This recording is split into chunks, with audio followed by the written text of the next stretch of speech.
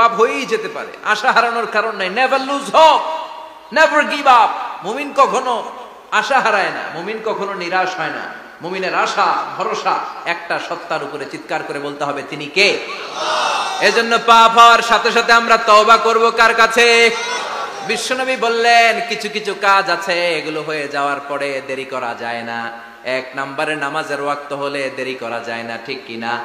সালাত কায়েম করো, সালাত কায়েম করো, হবে সম্মানী তুমি, হবে জান্নাতি তুমি, হবে সম্মানী তুমি, হবে জান্নাতি তুমি। দিবে কাল হাসরে শীতল ছায়া আরশে আজিম, রব্বিয়াল আলা রব্বিয়াল আযীম, রব্বিয়াল আলা রব্বিয়াল আযীম। সুবহানাল্লাহ পড়ো। নামাজের সময় হওয়া মাত্র দেরি নাই। তাজহিজুল মাইয়িত, মারা গেলে লাশ রেখে দেয়া যায় না, তাড়াতাড়ি দাফন করে দাও। নামাজের সময় হলে নামাজ পড়ো, দেরি করো না।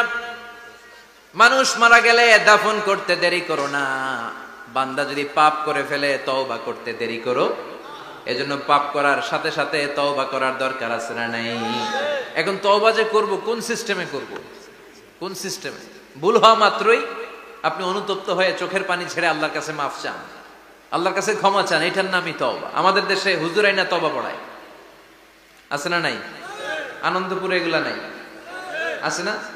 কয় ইমাম সাহেবরে নিয়ে আয়, খতিব সাহেবরে নিয়ে আয়, হাফেজ সাহেব হুজুরের নিয়ে আয়, তওবা পড়া। না, তওবা পড়ানো লাগে না। আপনার নিজের তওবা আপনি নিজেই পড়বেন। আপনি অনুতপ্ত হয়ে চোখের পানি ছেড়ে আপনার আল্লাহরে ডাক দেন, ডাক দেয়া মাত্র তিনি সাড়া দিবে। চিল্লায় বলেন ঠিক কি না? উলামা ইকরামরা তওবার 5টা শর্ত আরোপ করেছে। এই 5টা শর্তের আলোকে যদি তওবা করেন মুহূর্তের মধ্যেই তওবা কবুল করে নেবে কে? আল্লাহ। 1 নাম্বার শর্ত হচ্ছে আল ইকরা, acknowledgement. You have to acknowledge that you are the great sinner in the world. এই পৃথিবীর সবচেয়ে বড় পাপী। 5টা শর্তের 1 নাম্বার হচ্ছে আপনি স্বীকার জান, আল্লাহ আমার চেয়ে বড় পাপী আকাশের নিচে জমিনের উপরে দ্বিতীয়টা নাই। এমন কোন পাপ নাই যে আমি করি নাই। আমার চেয়ে নাদান, আমার চেয়ে পিশাচ, আমার চেয়ে বড় পাপী দ্বিতীয়টা কেউ। অ্যাকনলেজ ইউর সিন, আপনি আপনার পাপগুলো স্বীকার করেন। নাম্বার 1। নাম্বার 2, আন-নাদাম, repentance. You have to be repentant for what you have committed from sins. যে পাপ করেছেন এই পাপের জন্য আপনি লজ্জিত হন।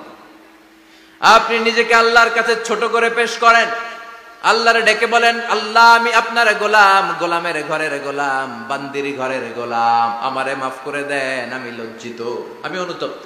তাহলে 1 নম্বর শর্ত আপনি ঘোষণা দেন যে আপনি পাপ করেছেন। 2 নম্বর শর্ত আপনাকে অনুতপ্ত হতে হবে যে আল্লাহ আমি পাপ করে ফেলেছি। 3 number, you have to stop what you have committed.